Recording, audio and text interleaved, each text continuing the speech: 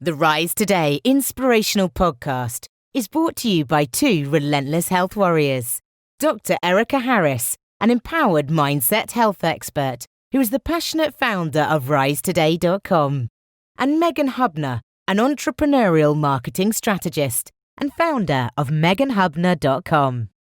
These two inspirational forces have truly thrived through adversity and are here to empower you to do the same. Together, they serve to open up the conversation about hardship and to move you to greatness through your adversities. Learn more at risetoday.com/podcast. Now, let's get started. Let's rise today, right here, right now.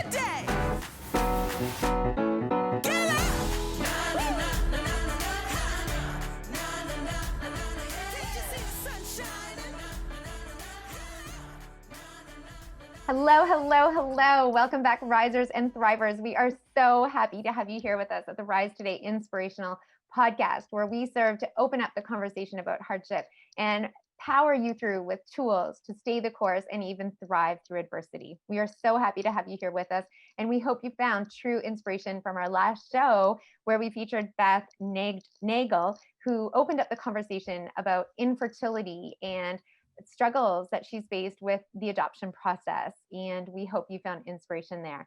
And today we are very excited to welcome Heidi Pero, a young woman, a beautiful young woman who is here to open up the conversation about enduring rectal cancer as a young woman and accepting and adapting to life, dealing with stoma as she recovered on her journey. She's here to talk about the hardships of cancer and the cost that comes into with cancer as well. Welcome, Heidi. Hello. Hello. Megan, will you help me welcome Heidi? Thank you so much for joining us today, Heidi. Welcome to the show, everyone. We're so thrilled to bring you another episode today. Now, Heidi, how many years ago was your diagnosis? It was October 2nd, 2019. Oh my goodness. Okay, not that long ago. Not long ago at all. Okay, so you have found a lot of acceptance over the course of the last year to bring this episode to you. Mm-hmm. I'm depending on who is listening right now, you guys, if you are only a year out of diagnosis, you know and understand that it's still a time that you are learning and adapting and stuff. So Heidi, thank you for bringing this to everyone today. Can you take us back to the time of diagnosis and just a little bit about, where you were at in your life at that time, what was going on for you, and how this diagnosis directly impacted your life? Sure. So I was 43 years old. I was having some really bad back pain, and I just couldn't figure out what it was. I went to a doctor, and they just thought that it was just normal back pain for a young woman. So they sent me to a physiotherapist, and they thought, you're fine. We just got to get some stretches in there. We'll get everything worked out. About 6 months later, it still wasn't going away. So she sent me for a CT scan. She sent me for a colonoscopy. And I was told that day that it was rectal cancer. So. And were you a working professional? Were you working from home? I work in a law office. I'm a law clerk. Okay. And then I was also working part-time at night as bartender. So double duty. So Heidi is a young woman, and I know her well personally. She is a very spirited young woman. She is full of life. She is full of vim and vigor. And so this diagnosis of rectal cancer is really most prevalent in a much older community. And so this kind of came out of the box, right, Heidi? Oh, definitely. Definitely. And I understand even your surgeon had said there was no way that you would have rectal cancer. Like, this was so out of the box. Yeah, he's just, he said, don't even worry about it. He's like, we're going to go in, we're going to do the colonoscopy. You're going to be completely fine. It's probably just a little bit of inflammation, and it's going to work out. It's going to be fine. He said he would come and talk to me as soon as it was over, just to let me know that I was going to be fine again. Good. Yeah. And he came in and he said, I'm really sorry to tell you this, but you have cancer.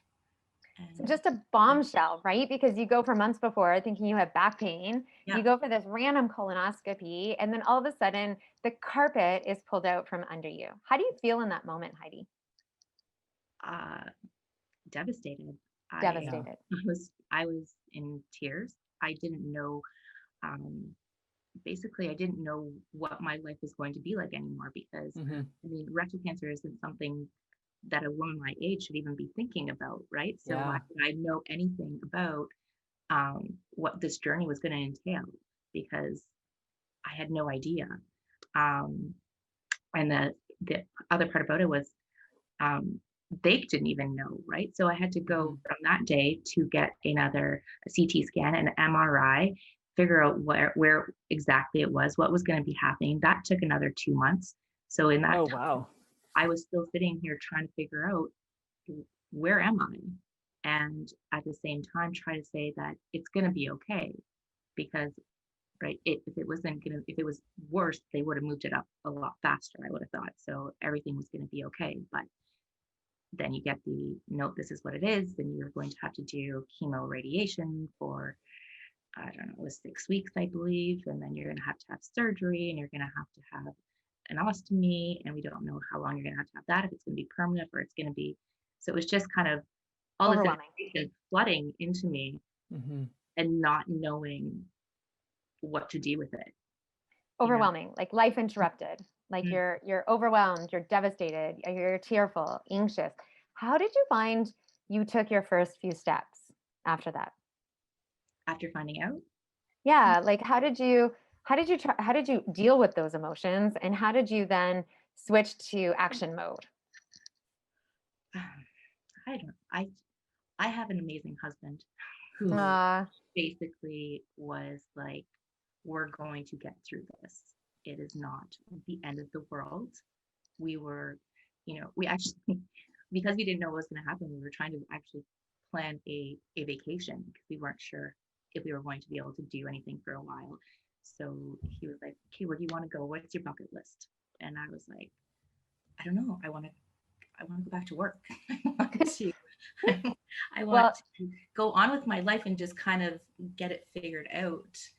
Um, because my work is also my life. Like I love my of job. course. I love my Well, career. So I didn't want to not have that because you need to have some type of normalcy in your life as well, right? So if I just took away my work and all I could do was think about what was happening to me, it wouldn't have been good for my mental state. So yes, and it's funny you mentioned that because I very distinctly remember when I heard the words that I had cancer and instantly the entire room, my very caring husband at the time was, firing off a ton of questions as any caring husband would ask, right? But at that moment, it almost became like this slow motion video for me where I could hear it all, but it was almost fuzzy, like I couldn't really hear it. And I remember turning my gaze out the window where I could see the downtown core below. And this energetic woman had caught my eye. And she was walking home, seemingly a professional woman, walking home with white sneakers and professional clothing underneath. She had a bright yellow backpack. And she walked with such vim and vigor that her dark hair just literally bounced as she walked. mhm. And she said hello with smiles to everybody she meted on her path or everybody she passed by and everybody she greeted with these big smiles. And to me, it looked like she had been walking home from a day at work and she was heading home to probably make dinner for her family or for herself.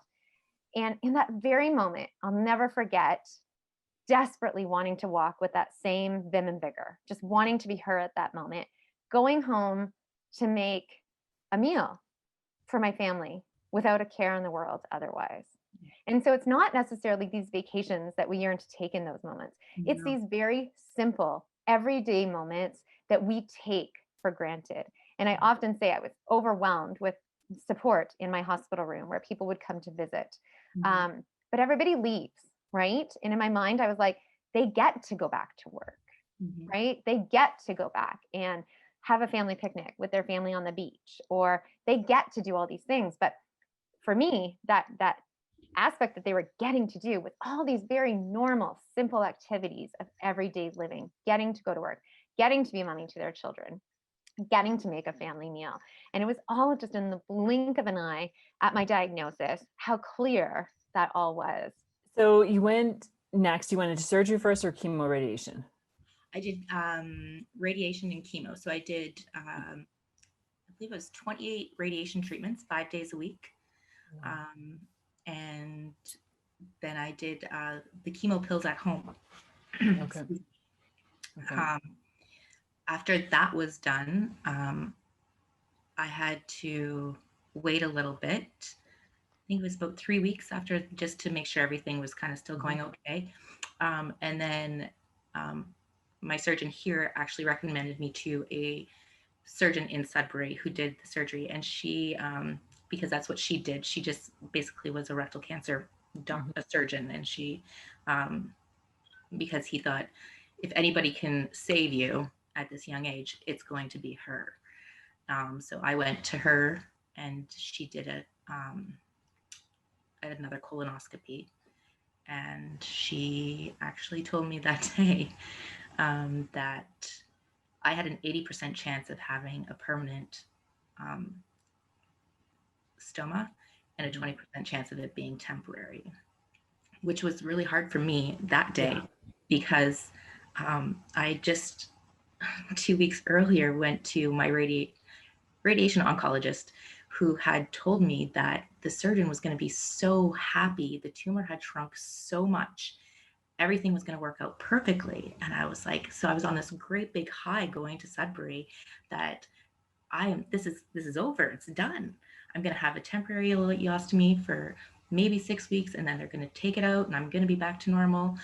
And then when she told me that, I just dropped. My whole insides were gone. Like, I was like, how do you go from one doctor telling you how great you're going to be doing or how great you are doing to another one coming back and saying, no, I'm sorry. So what they do is they take your small intestine out through your stomach, and you have basically you put, it's called a flange, over top of it and a bag, and you have your bowel movements through that. So then you just have that and you empty every day. And you had to envision life forevermore with this stoma as a young woman at your age. Yes. And I think you bring up a really good point. So not only have you've been faced with the cancer diagnosis, you've then had chemo and radiation, which is also, a bit significant. Then you've started to climb up a little bit, starting to feel a little bit better. The doctors gave you a pretty good report. And now you're looking at something that's lifelong.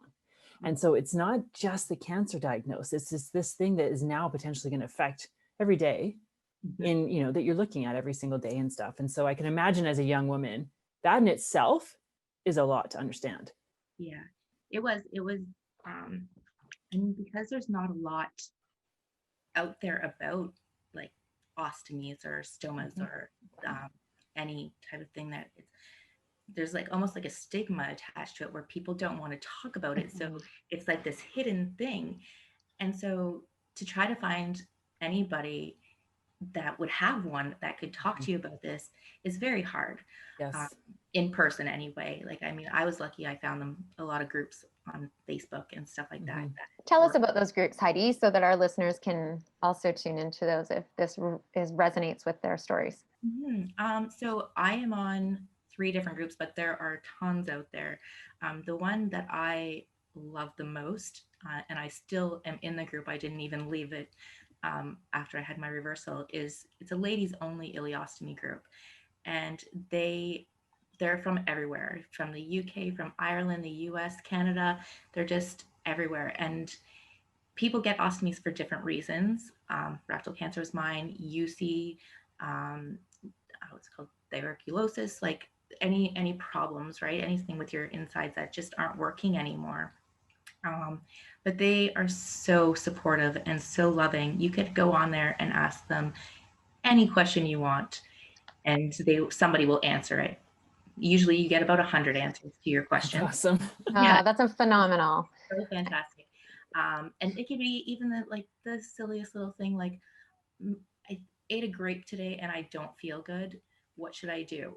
And grapes just so you know, are not good for people with ileostomies or colostomies. You can't eat anything with skins or seeds or anything like that because they will not digest properly. I So see. you get blockages, which will send you to the emergency room, back in the hospital, Wow. on feeding tubes and NG tubes and all that kind of stuff. So you really have to be careful with what you're eating and what you're doing, right? So this group is that group is fantastic. Every question I had, can I eat this? No. Can I eat this? Yes. Like it was just the littlest things because I didn't really have the support here. Because my surgeon was in Sudbury, my ostomy nurse was also in Sudbury, and I didn't have somebody here just to call up and say, hey, can I come and see you? Can I talk to you about this? Can I do this? Plus, it was when I got back, the pandemic had hit. So everything had closed down. Of course. So I didn't have, like, I couldn't just call up my surgeon here even to say, hey, can I make an appointment to come and see you? Can you tell me if this is looking okay? Like my incision, like anything, like I was on my own. So you're just feeling really isolated. Isolated, yeah. And so this community of support that you formed with these Facebook groups was really helpful. Now tell me, after you came out of this surgery, tell me what that was like. You have this stoma now, you have this ileostomy, and tell me, how did you navigate this? Well, first of all, I woke up feeling amazing because it was temporary. So it was on the right side. So I knew as soon as I looked, Okay. Amazing. Temporary. So I found that I had, because I had that almost month where the surgeon in Sudbury had told me that it was going to be 80% permanent. I had that month to try to figure out and wrap my head around what was happening. So my husband gave me that 5 minutes to self-wallow. When we got home, it was right away starting to look at videos of how to change things, talking to people in groups to see what's going on, how my life is going to change. And so when I did wake up and it was temporary, I was super excited, but I knew that it was going to be still a struggle for those. It was supposed to be 3 months. Then it ended up being 5 months because of the pandemic, which was fine. But at the beginning, it's still a struggle, right? Your body's changed. The way you do anything is changed. Like even the way you have to wear your clothes, they can't be over your bag. They have to be under your bag. They can't be. So it was just really little things like waking up in the middle of the night at the beginning 5 to 6 times to go and empty my bag. It's not something a normal person has to go to do, right? Like you don't go to the washroom that many times in the middle of the night. Food digests through you like crazy. You can't, you lose nutrients because you're not absorbing all of the food that you're supposed to be, all the nutrients that you're supposed to be. You lose your hair, your teeth start to break. What else? Your sodium's very low, so you have to constantly make sure you're getting the right amount of sodium. You have to make sure you're getting enough hydration, because that's a really big thing as well. So there's just so much to learn and try to figure out what the process was going to be for me. And everybody is different. I could have the exact same story as the girl sitting right beside me, and her stoma is going to be completely different than mine. Yeah. So, as much advice and stuff that people can give you, it's going to be different for everybody. So what were you feeling at first, Heidi? Like, how did you feel about yourself? How did you feel about your body image when you first came out of surgery, or the first few weeks? Embarrassed. I did not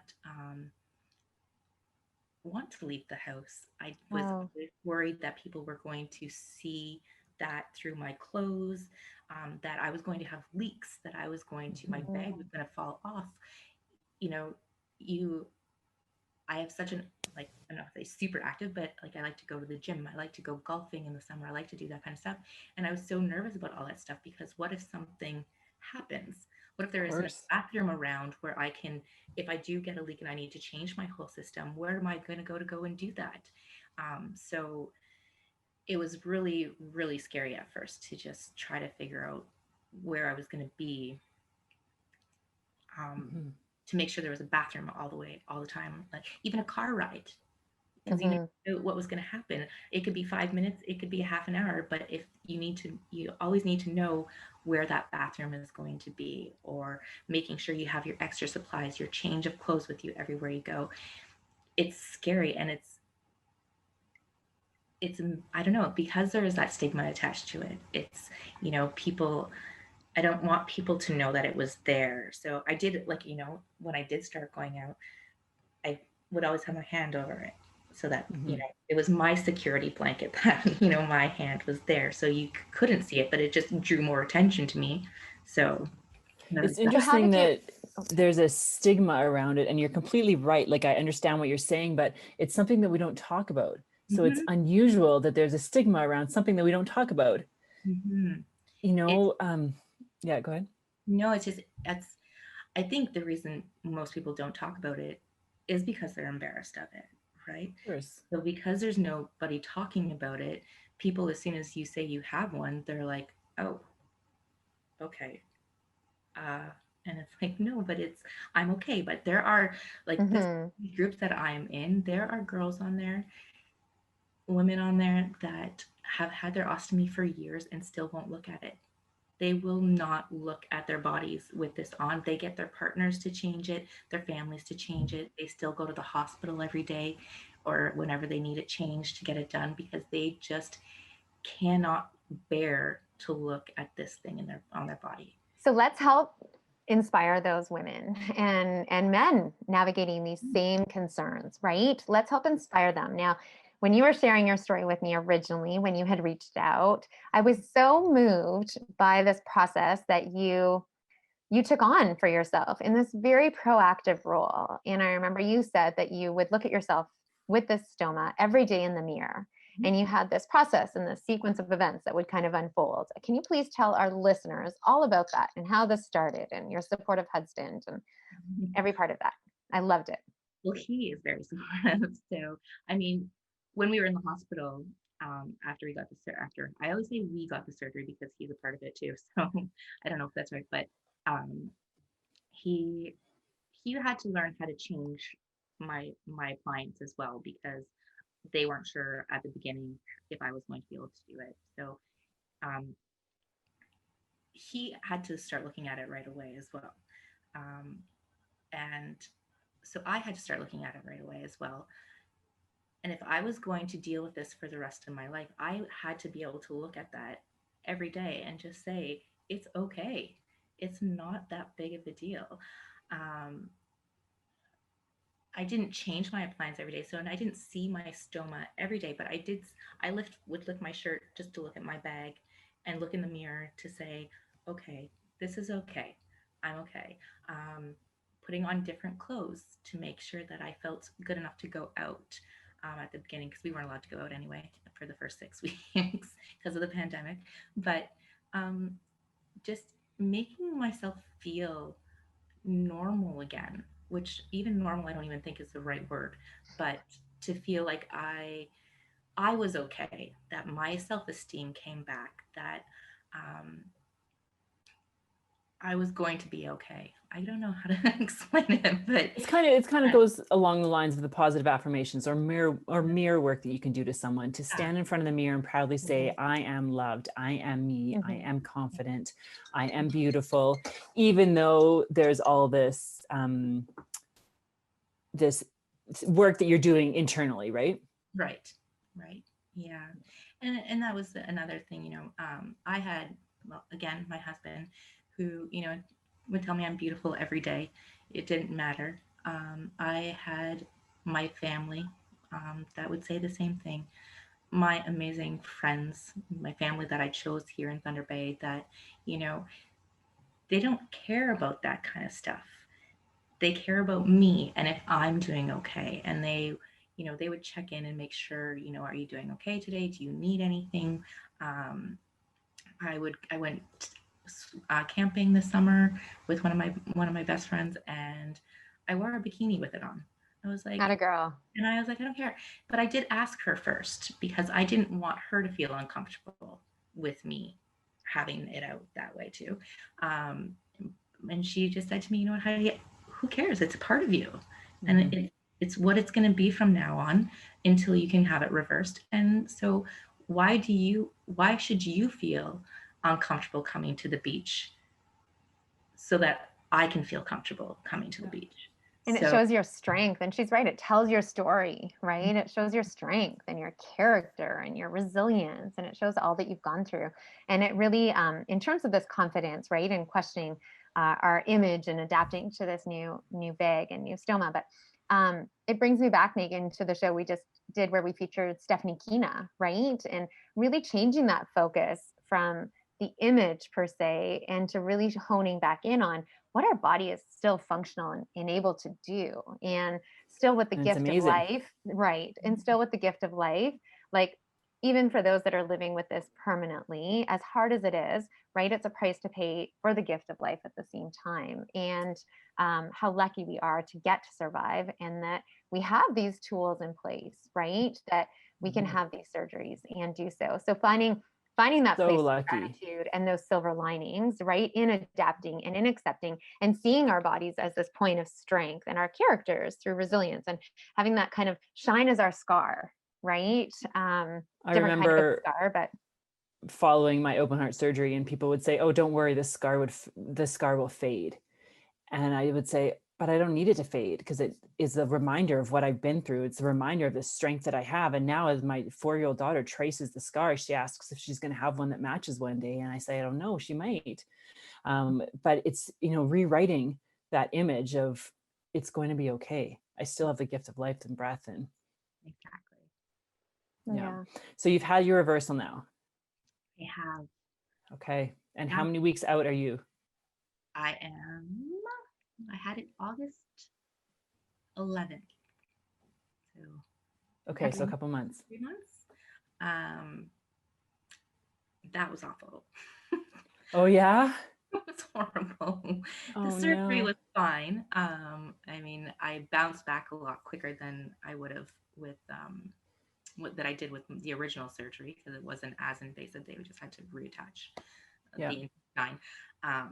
But the after process of getting your body to work again normally, it just took a lot out of me. And I think that is where I went down for probably a good 6 weeks.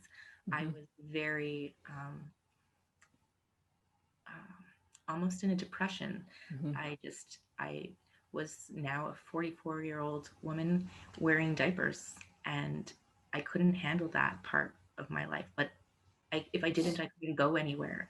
So I had to think about the pros of and the cons of it, right? Like, I mean, now it's fantastic. I'm almost back to normal. I do have a few issues, but the first 6 weeks was hard. Yeah. But again, it was I had to learn how to wrap my head around the fact that I didn't have the ostomy anymore, and that I was alive and I was going to be okay again. And you were moving forward. And I was moving forward, right? Yeah. And slow and steady wins the race. Yeah, but it took me a little bit to get that whole thing figured out. And it was the same thing. I was worse with this part. I didn't want to leave the house because my husband would go golfing and he'd be like, "You ready to go?" Because I was off work too for the 3 months after the surgery, and or 2 months after the surgery. And I was like, "No, I'm not going." And he was like, "Why? Just come. It's not a big deal." And I was like, "Nope," because I did not feel comfortable in that situation with that. So how did you overcome that? I went back to work, which helped a lot because I had to go to work. I had to figure out my eating habits again. I had to just not lie around the house anymore, and just meeting up with my friends again and learning that it's okay if I do have an accident. It's not that big of a deal, right? It happens. So absolutely. One thing you've really touched on is just the amount of emotional roller coasters you've gone through. And I think that is so important to everyone listening. If you're in that dark spot, if you're on the low spot, it's going to go up again. If you're on the up spot, be prepared that it might go low again. And I think that you really, really highlighted that roller coaster of emotion. It was a concerned. I mean, it's only, if you actually think about it, it's only been a year. And I, Yeah. through being told that I had it, chemo, radiation, 2 surgeries, and basically in like the 6 months of the pandemic, like your emotions just go up and down and up and down, and you really need to figure out what it is that you now want out of your life. Do you want to just sit at home and be upset about some things that could happen, or do you want to go out there and say, you know what, I went through this, I got through it, you can get through it as well if you need to. Amazing. Yeah, that's great. Can you give our listeners 3 top tools to navigate a cancer diagnosis, to navigate any adversity that they're facing? I don't know. Just learn to take the ups and downs. Make sure you surround yourself with people that are going to be positive around you. And let yourself feel okay with not feeling okay. Excellent. And then I like that. let yourself get better. I think that's it. Now, one thing we didn't touch on quite yet is the cost. And I know that there is a cost associated with the procedure that you went through. And I know that you wanted to kind of address that for the Canadian listeners. It wasn't the cost of the surgery. It's That's the right. cost of the Supplies that you need when you do have a stoma. And I didn't know this at all. And I was very lucky because I had my benefits through my work that they let me keep, even though I wasn't working. But I was paying probably about $400 to $800 a month just for my supplies. And I had a very good stoma that I didn't have very many leaks. I didn't have any skin issues. I didn't need extra supplies. And then my benefits paid for it. So I paid out first and then they paid me back. But there are people that I've been talking to in the groups that I've been with that they don't always have insurance, or their insurance company only allows them to have a certain amount of supplies for a month. And when those supplies run out, you have to wait till the next month for your order to come back in. And sometimes your stomach doesn't just say, oh, okay, you don't have any supplies. I'll be really good for the next 2 weeks. It says the same thing it would do all the time. And if they don't have the supplies, they're going to get skin issues. They're going to get infections. They're going to get, blockages and end up at the hospital, or, just starting to feel mentally down because they can't live their best life because they don't have the supplies to go and do that. And it's very, like, I'm fortunate, but it's very sad when I'm on those groups and people are like, I can't afford this month. Is anybody out there that lives in this area that can, send me something or send me this and it's just very sad. And then people that, have the leaks all the time and that they go through so many supplies that they just can't handle it anymore. So It's this misconceived notion that in Canada, and we are so lucky to live in Canada, that when we need the healthcare system is here for us on every level, really. But there's this misconception that because we're so lucky with medical services being readily available and the surgery, like you said, being very complimentary under our healthcare coverage, right? We're so lucky for that with the Canadian medical system. But the cost of health and the cost of getting sick is still very costly here in Canada, even regardless of our great medical system here. I know for myself, all my medications were covered when I was an inpatient in the hospital. And let's say, I know as an immune compromised patient, antifungals, let's say, are very, very costly. And I mean thousands and thousands of dollars a month, not covered by insurance. And sickness and cancer and disease can really impact and cause financial hardship. And it is a conversation that definitely needs to be opened, whether it's to buy supplies, medications. I know the same for my son who has type 1 diabetes. There's various technology out, but a lot of people can't afford this technology if they don't have insurance coverage.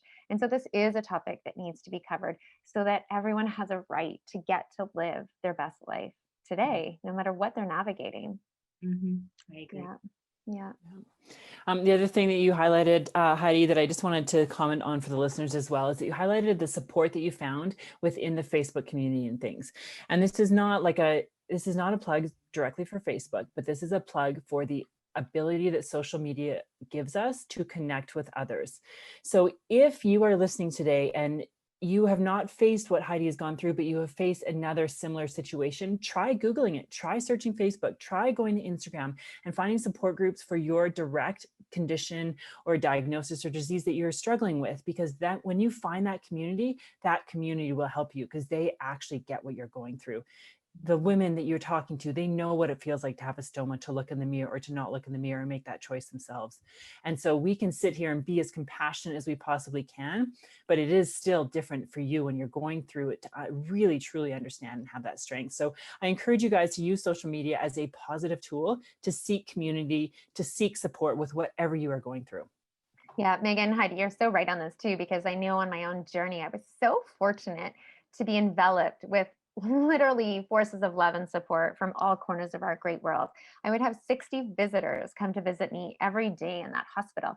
But yet, despite the presence of so many people, you can still feel so incredibly alone unless you're truly chatting and truly conversing with those who really understand the hard and the hardships of what you're navigating. And so really being proactive about creating that circle of support. And it can be really difficult for me. When I was waiting for my double lung transplant, I was really passionate about trying to find another young mama who was also waiting for a double lung transplant, but she was really hard to find. We're a really rare group. But it takes effort and it takes consistency and it takes determination to create your own community of support. And we need to be proactive about this. It's only on us. No one is going to do it for us. So reaching out and finding those Facebook groups. And as Megan is right, we're not here to support Facebook group or any other platform, but whatever it may be, whatever you resonate with, find that community of support from those who get it. Ask your physicians. I remember when my physicians told me, I didn't respond to the first round of chemotherapy and I would need something called salvage chemotherapy followed by a bone marrow transplant. My gosh, my head was left spinning, right? And I was just like, find me somebody who has undergone all of this and who has thrived on their journey as a result. And my team dug through their records, and salvage chemotherapy, gosh, it is not commonly done. You have to be really young. You have to be really fit. You have to be really strong to survive salvage chemotherapy. And so my team, they scoured through their records and they found this one woman named Mary. And Mary came to see me on one of my darkest of darkest days. And I was in septic shock that day. I had spiking fevers. And she stood in my doorway of my hospital room with this glow coming in from behind her. I swear she like lit up like she was an angel. And she was truly meant for me that day. She came in, she sat right beside me in my bedside. And she held my hand, which a lot of people didn't do in this time, right? At a time you need physical touch, a lot of people aren't getting that close. And she held my hand and through her gowns and gloves, it's everything you need to do when you're so immune compromised. But she held my hand and she said to me every single thing I had been feeling. She basically said, you know what, Erica, you probably feel like you are not even left anywhere inside, that you were just a shell of yourself. And that's exactly what I felt. And she was like, just hand yourself over to these doctors. And I promise that you will come back. And after the visit that she had with me in my hospital room that day, she was leaving to go meet her firstborn grandchild. And she had undergone this treatment that they proposed for me at the age of 45. And she was now 60. And what a light she was for me on my journey. And ever since that moment, I have pictured myself meeting my grandbabies and walking my grandbabies down the Ambleside seawall when I'm 80 years old because of meeting her and because of the inspiration and the light that she was for me on my journey. But being proactive, as you've done, and creating this community of sport, it can be a lot of work, but stay true to your heart and find that community. Thank you guys so much for joining us today. Thank you, Heidi, for sharing your message. Only just 14 months out after your diagnosis, we really, really commend you for bringing your message to the world. It is not easy to do. So thank you for that. If you are listening today and you know someone who is sort of going through what Heidi has gone through, please share the podcast with them, share inspiration, share the energy that you've taken from the show today, and bring it forward into whatever it is that you are facing, that you're challenged with, and whatever it is you are seeking for this next year. Have a wonderful day, and thanks for connecting. Share Heidi's light. All the best, risers and thrivers. Until next time. It's gonna be a good day. Thanks so much for joining us today. Take this inspiration forward. Learn more at risetoday.com/podcast. And please do help us in our mission to spread hope, inspiration, and positivity by encouraging those in your circle to join us and to tune in for our next show of inspiration coming soon. Please contact us if you have a powerful story to share with us to inspire the world. Until next time, get out there and rise today.